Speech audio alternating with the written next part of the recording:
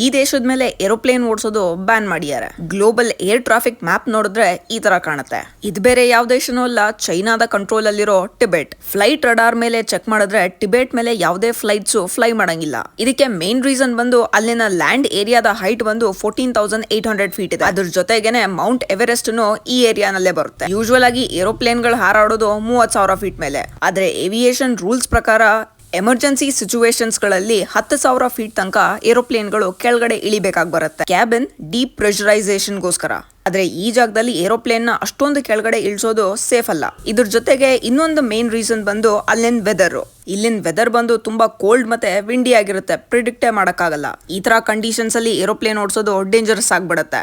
ಮೂರನೇದು ಬಂದು ಟಿಬೆಟ್ ಅಲ್ಲಿ ಪಾಪ್ಯುಲೇಷನ್ ತುಂಬಾನೇ ಕಮ್ಮಿ, ಇದರಿಂದ ಫ್ಲೈಟ್ ಡಿಮಾಂಡ್ನು ಅಷ್ಟಾಗಿಲ್ಲ ಇಲ್ಲಿ. ಸೊ ಇದರಿಂದ ಅಲ್ಲಿರೋದು ಒಂದೇ ಇಂಟರ್ನ್ಯಾಷನಲ್ ಏರ್ಪೋರ್ಟ್, ಅದು ಬರೀ ಕಠ್ಮಂಡುಗಷ್ಟೇನೆ ಕನೆಕ್ಟ್ ಆಗೋದು.